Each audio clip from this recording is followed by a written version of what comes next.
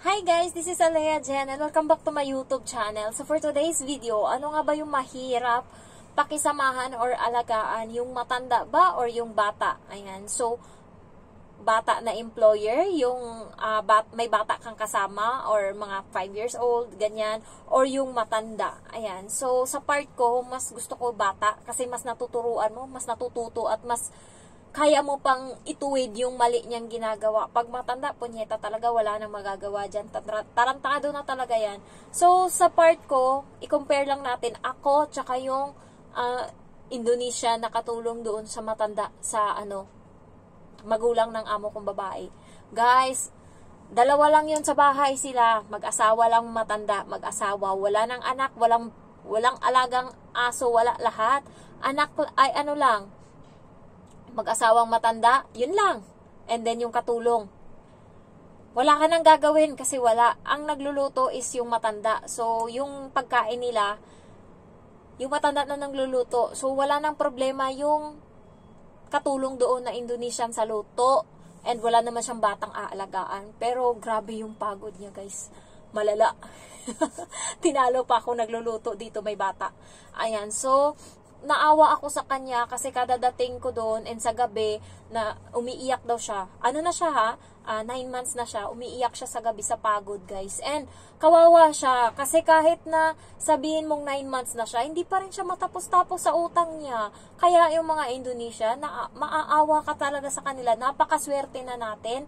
Napakaswerte na natin sa gobyerno natin kahit papano maging maswerte kayo or maging thankful kayo sa gobyerno na meron tayo.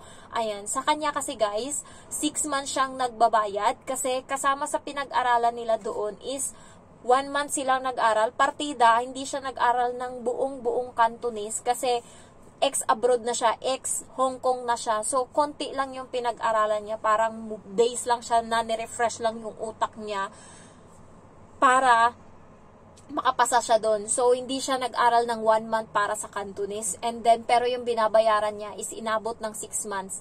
Sa 3,000 na pera niya, 8 pesos, 10 piso yung sukli doon. So, yun yung binabayaran niya is 2,990 sa agency nila. Kasi, libre lahat, libre, bigay. So, hindi sila namumroblema sa mga process ng paper. Katulad natin sa medical, hindi sila nag-aano ng TESDA. Ayan, lahat yan, sagot ng agency. Pero alam niyo kung magkano kinukuha? 2,990 and babayaran mo yan in 6 months. Kaya sa 6 months, wala siyang naipon, wala siyang napundar, puro pagbabayad. Kasi sa 3,000, magkano na lang matira sa'yo? 1,700. Yung 1,700 na yan, ipapadala mo ngayon sa pamilya mo yung 1,000, matitira sa'yo 700 para may pagkain ka sa buong 1 month na day off mo, sa mga day off mo and holiday. And bibili ka pa ng mga sabon mo kung ano-ano. So, 6 months, wala siyang pera guys. Puro puro ganyan. Ako, 1 month, bayad na ako sa utang. Ang ginawa ko, 2 months, ayun, maluwag na. Wala na talaga. Ayan, kasi 'di ba nagbayad ako sa agency dito 500 ng first na sahod ko and then nagbayad ako ng utang. Yung utang na yun is hindi ko yun utang nung nag-apply ako. Utang ko yun nung umuwi ako ng probinsya. So far wala ako masyadong ginastos na papunta dito kasi tinipid ko nga 15,000 lang lahat-lahat yung nagastos ko dito sa agency namin. And then yun nga, kawawa siya hanggang ngayon, hindi siya, gusto niya nang umalis pero hindi niya kaya. And alam nyo, sa kanilang batas ng Indonesia is hindi ka pwedeng mag-break contract.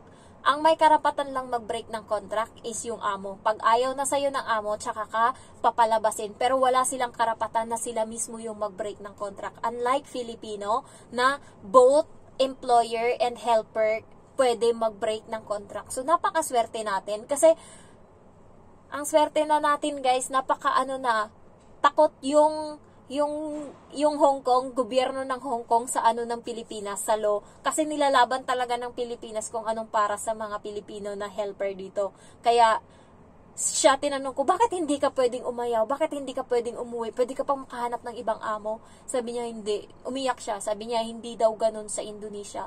Sa Indonesia, sa law daw nila, sa process, is wala silang karapatan na mag-break ng contract kahit anong sama ng amo nila. Ang may karapatan lang daw mag-break is yung amo. Pag ayaw na ng amo at gusto ka nilang palayasin, doon ka lang makakaalis sa bahay nila. Hindi katulad sa atin na kapag ayaw natin kahit 1 month lang tayo, pwede na tayong umuwi. Hindi ganon. Walang ganon dito sa kanila.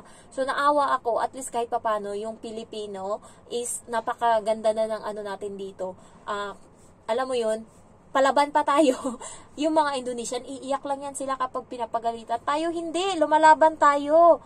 Ayan, so kahit papano naman, maano pa rin tayo kasi nga, kumakampi, yung gobyerno nila dito is kumakampi sa atin. Alam nyo ba guys, yung buong Central, minsan, may isang street dyan na sinasarado talaga kapag linggo, kasi para pahingaan ng mga OFW na Pilipino dyan sa, sa kanto. And sa Central guys, wala ka masyadong makikita na Indonesian na nandyan, na nakatambay.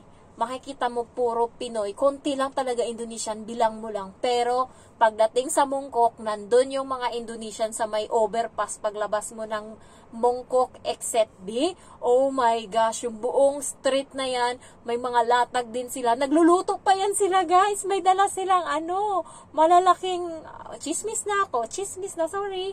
Malaking kanina nakita ko malaking kaldero and may sabaw dun and umuusok kasi nga meron silang dalang lutuan. Ewan ko ano yung tawag doon. Malay ko ba? Para siyang butane. Ayan. Yan. Nagbebenta siya and umuusok pa talaga yung umuusok pa yung pagkain. Sinasandok niya. Nagbebenta yung mga mga Indonesian dyan sa Mongkok. Nandyan sila ang dami sa may Exit B. Ayan. So, masyasya ka. Malaman mo kasi, puro sila mga Indonesian, mga naka-hijab, ayan, naka-abaya. Ayan. So, ayun lang. And, yun nga, yung, balik tayo dun sa chismis ko. Yung Indonesia na yon na nandun sa matanda is grabe yung pagod niya, maiyak-iyak siya. Pinapaakyat sa kanya guys yung kisame, pinapakuskus. Yung mga sahig, kuskusin mo yan isa-isa. Brasan mo yan. And yung pagbabacuum sa carpet, malala. Kailangan talaga, itulak mo talaga yung vacuum. Kaya yung akin guys, na-maintain ko lang yung yung braso ko. Parang hindi siya lumaki kasi napakakonti nga lang ng ginagawa ko dito sa bahay.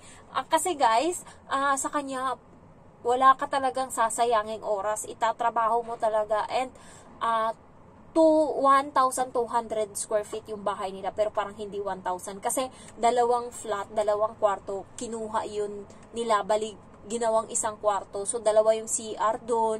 Yung kwarto binilang ko 5. And sa isang kwarto, yung master bedroom, 2 yung kama dun. And then, nakita ko talaga, ayan. Tapos, may isang kwarto pa na puro laruan. Yun dun kami naglalaro ng bata. Kwarto ata yun ng amo kong babae dati. And ginawa ngayon laruan na ng bata.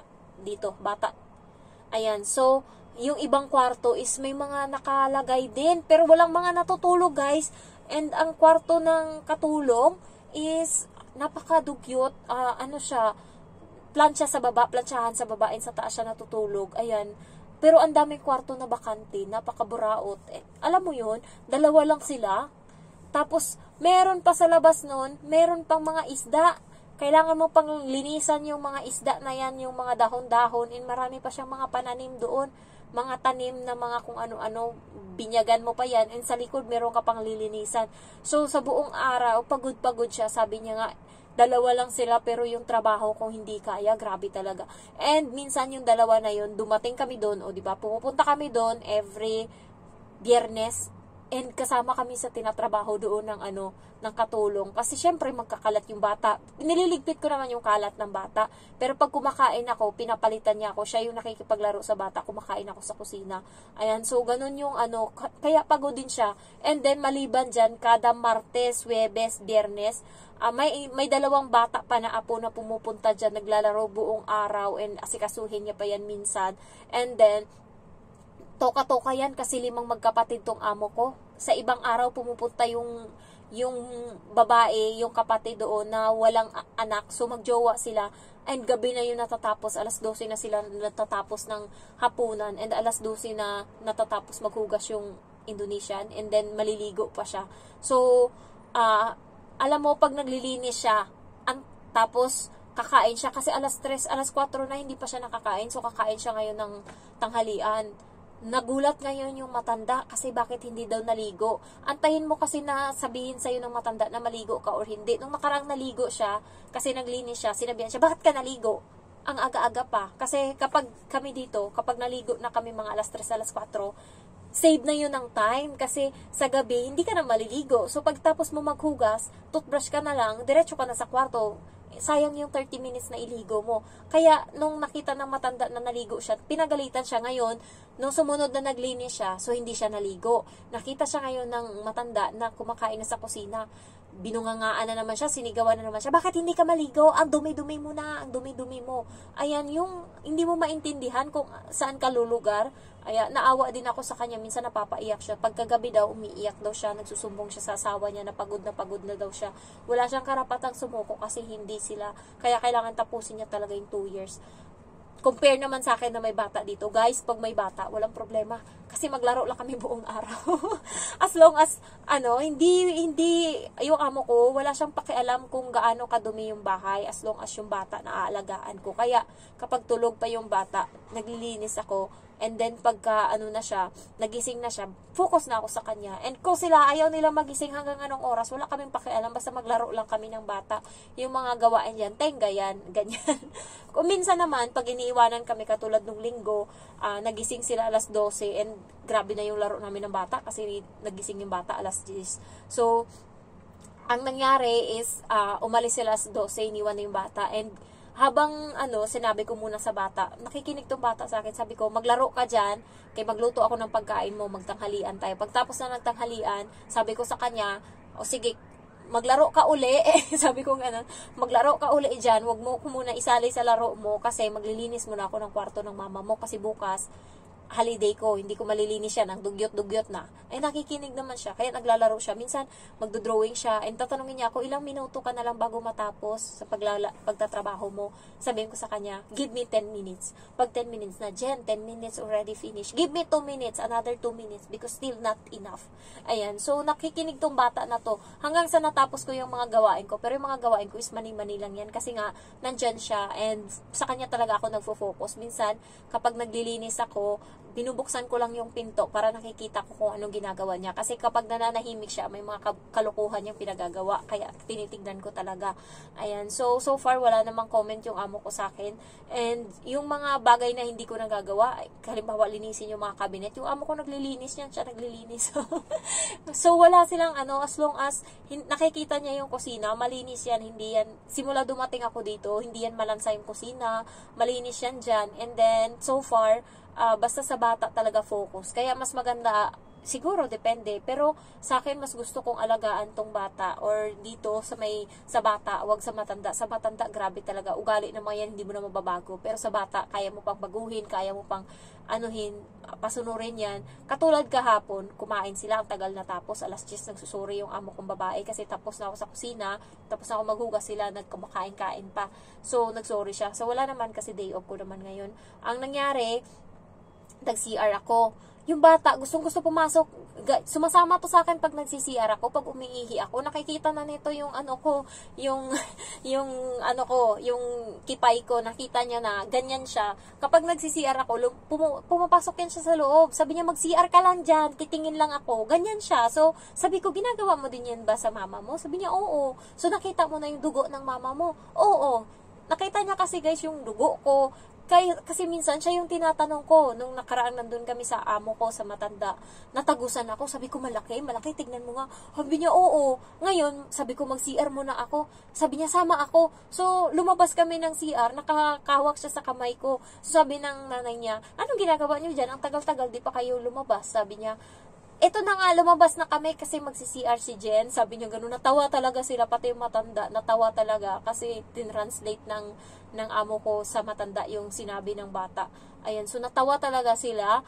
And then, sumama siya sa akin doon. Siya una pinaihi ko pagkatapos ako. And then nakita niya yung mga dugo-dugo ko. Sabi niya, ganyan din si mama niya daw.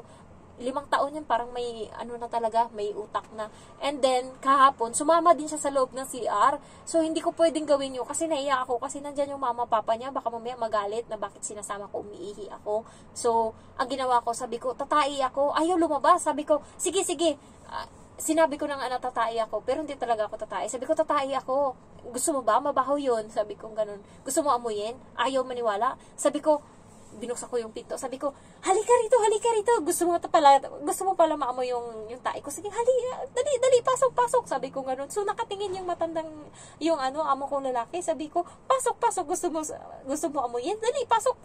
Kasi nire-reverse ko yung bata. Pag sinabi mo kasing pasok, gusto mo amuyin yung tae ko. Hindi yan siya papasok. So, pag sinabi kong iihi lang ako, gusto niyang tignan yan, yung dugo ko. Kaya sabi ko, sige, pasok ka, dali. Kasi tatay ako para maamoy mo, para dalawa tayo perfect. Sabi ko ganun. So, yung bata, tumakbo agad palabas. Ayoko pumasok. Sabi ko ganun. Tapos, natawa natawa ako. Natawa din yung amo kong lalaki. Tapos, nagsumbong yung amo kong lalaki sa amo kong babae. Sabi niya si Jen, sinabi niya doon sa bata na tatay siya, pinapapasok niya doon sa sa CR. Tapos natawa yung amo kong babae. Parang sinabi na niloloko niya lang yan, hindi yan tatay kasi ayaw lumabas ng bata. So, yun nga, paglabas ko, pumasok doon yung amo kong babae sa CR. So, inamoy niya, wala namang amoy ng tae. So, parang naano niya nga, niloloko ko lang yung bata para lumayas. Kasi nga ayaw lumayas, gusto sumama habang umiihi ako. So, ayun lang, mas gusto kong alagaan yung bata.